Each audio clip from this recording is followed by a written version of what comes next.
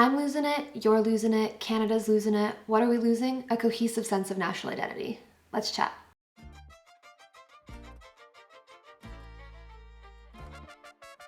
Hello and welcome back to Losin It. I'm your host, Stephanie Hunter, and happy Canada Day to all of those who celebrate, to all of those who, like me, feel very grateful and blessed to live in this wonderful country. Hope you had a great long weekend. I know I did, celebrating with friends and family, appreciating all that Canada has to offer. But of course, I made the mistake of going on social media and Instagram specifically, and remembering, as I do every year, that not everybody in Canada, even those who have a lot of advantages and a lot of privileges, feels the same. And so I wanted to chat about it. There seems to be a lot of disagreement on what Canadian national identity actually is. Is it cause for abject shame? Is it true north, strong and free? Is it elbows up, elbows down, 51st state? There's all kinds of opinions on what it means to be Canadian, but none of those opinions are really line up with how I feel about being Canadian or how I felt about being Canadian growing up. I remember a time in Canada when I was a kid and growing up as a young teenager where I felt very proud to be Canadian, and that wasn't at all a controversial thing to feel. Everyone around me felt very proud to be Canadian. Everyone from people whose families had been here for a very long time to people whose families had just moved there. And everyone seemed very grateful and very happy to be able to call a place like Canada home. And I feel that we did have a sense of national identity, if not a very strong sense of national identity. But before we get into what Canadian national identity really is, I think we've got to define what national identity is as a concept. National identity is the sense of belonging and shared identity pertaining to a specific nation, usually in the form of shared culture, shared language, shared tradition, shared history. And while we share some of these things to some degree in Canada, because we are such a diverse group of people and because we have such high immigration rates, we don't naturally share as many of these things as many other nations do. For example, while we do share the history of Canada itself as a nation, we don't share necessarily an ancestral history or a cultural history or a history of tradition that we all participate in. And I think when I was younger, we as Canadians did a better job of finding small traditions to include each other in, whether it was going to Tim Hortons or getting outside in the winter and then complaining about how cold it was. There was small things that brought Canadians together. There was a sense of politeness, a sense of unity, a sense of adhering to Western values, even if you practice different cultural or religious values in your home.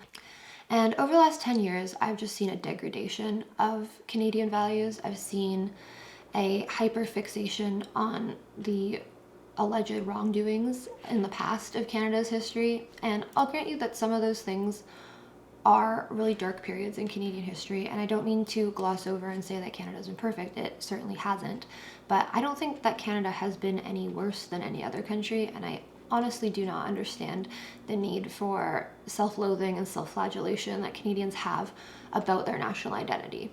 A strong and healthy sense of national identity is not a dirty thing. The idea that a country needs some nationalism, I think, is a very moderate and realistic idea. Because healthy nationalism increases social cohesion, and social cohesion is really important for a society. In Canada, we have over 40 million people from a diverse set of backgrounds, a diverse set of values and religions, and without social cohesion, there's literally nothing tying those 40 million people together. And social cohesion does things like reduce crime rates, increases willingness to volunteer and support members of the nation, encourages participation in public service such as the military, politics, or first responding, and it also offers a consistent value system that allows people to live together somewhat harmoniously. In Canada, we practice the freedom of religion, which I think is really great. We also practice the freedom from religion, which I think is really great. But because we do not have a sort of religious ethos underpinning the community, or at least we're not supposed to, we need to have a shared set of values that we can buy into, a shared set of Canadian values and a Canadian identity that comes before other identities that people may have. Now, I've seen a lot of people glorify a breakdown of nationalism as something that would be really great, and I think that that's really naive. The idea that when nationalism breaks down, we're then going to become enfolded into some globalist, utopian community based on love and friendship without borders, without trade barriers, is just absolutely preposterous. Time and time again throughout history, we have seen that when a national identity breaks down, like that of a nation like Canada, all that happens is that smaller nationalistic groups break off and fight amongst each other to try to figure out which borders are whose and what resources belong to which nation and in which nation should rule over people. And it actually gives way to a more ultra-nationalistic outlook, which is where you're raising up one race, religion, or other identity group over others within a nation. And that is really a cause for problem. Without a national identity in Canada, we are going to start to see problems that I do not think we are ready or able to face, and that scares me. In my lifetime, I've had the absolute great fortune of being able to travel to 27 different countries, including Canada, so I guess 26 countries outside of Canada. And I have seen wonderful things in each country, I've seen bad things in each country, and of course each country has a mix of good and bad things in their history. And yet I have never seen a country that has such a tenuous grasp on their national identity. You know, Canada, we have a lot of advantages, we have a lot of resources, we have a lot of wealth. We have a lot of things to be grateful for and a lot of things to be proud of in our history and in our present.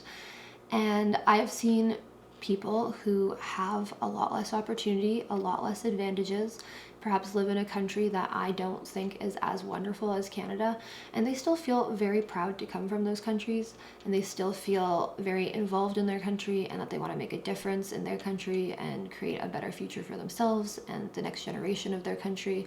In Canada, in terms of our national identity, we've really grasped onto this oppressor versus oppressed narrative, and it's just not a very useful lens to look at everything through. It's very simplistic, and it doesn't allow you to grasp the entire scope of a culture or a history or the present circumstances of a country. You know, I can see how it could be a useful lens to assess aspects of problems from aspects of different historical situations, but to just boil everything down to there's the oppressor and there's the oppressed, I think is a very honestly dangerous concept because it creates a lot of division. It actually creates a lot of hatred between groups. So I lived in Denmark for 6 months in 2018, and I would love to talk about my experience with national identity there. Just caveat, I have Danish family on my dad's side who have lived there their entire lives, and I have friends who have lived there their entire lives. And I feel like I did get a nice glimpse into Danish culture, but I myself am not culturally Danish. But personally in Denmark, I saw a really healthy sense of national identity. Yeah, Danes love being Danish. They love their country, they love their flag, they see themselves as part of a very concrete identity group that encompasses all Danes. And I think that has done them a lot of favors. In Denmark, if you are graduating, there's going to be a banner of the Danish flag behind you. If it's your birthday, there's going to be tiny little Danish flags on toothpicks in your cake. The Danish flag is a symbol not just of being Danish, but actually of celebration and of good things happening in your life. When you're celebrating something, Denmark is celebrating with you. And that concept, I think, is a really lovely concept when it comes to national identity, and I can't imagine anything concept like that existing in Canada right now, but I think that's a shame. In Denmark, to move there, you have to go through quite a rigorous process. They do make sure that you adhere to Danish values. They do make sure that you can pass a language test. They offer language courses. They do have a higher expectation that people will come to Denmark and buy into the Danish culture. And I think that has made it easier for them to keep hold of their national identity. Now, you can debate whether or not you like that, but I think that's just the fact of the matter, is that it does make it easier for them to hold on to their national identity. So does the Danish sense of national identity stem from the fact that Denmark has a perfect history?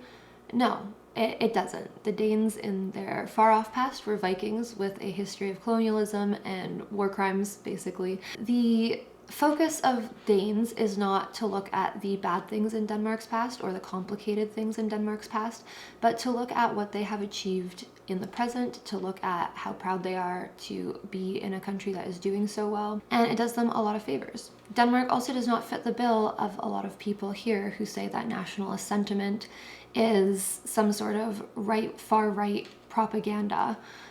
Denmark is a democratic socialist country. They have a very expansive social safety net, and they have very left-wing politics for the most part. Of course, there are Danish conservatives, there are Danish people who adhere to all kinds of different political ideologies, but overwhelmingly their government has been very, very far to the left and has also had a very keen sense of national identity.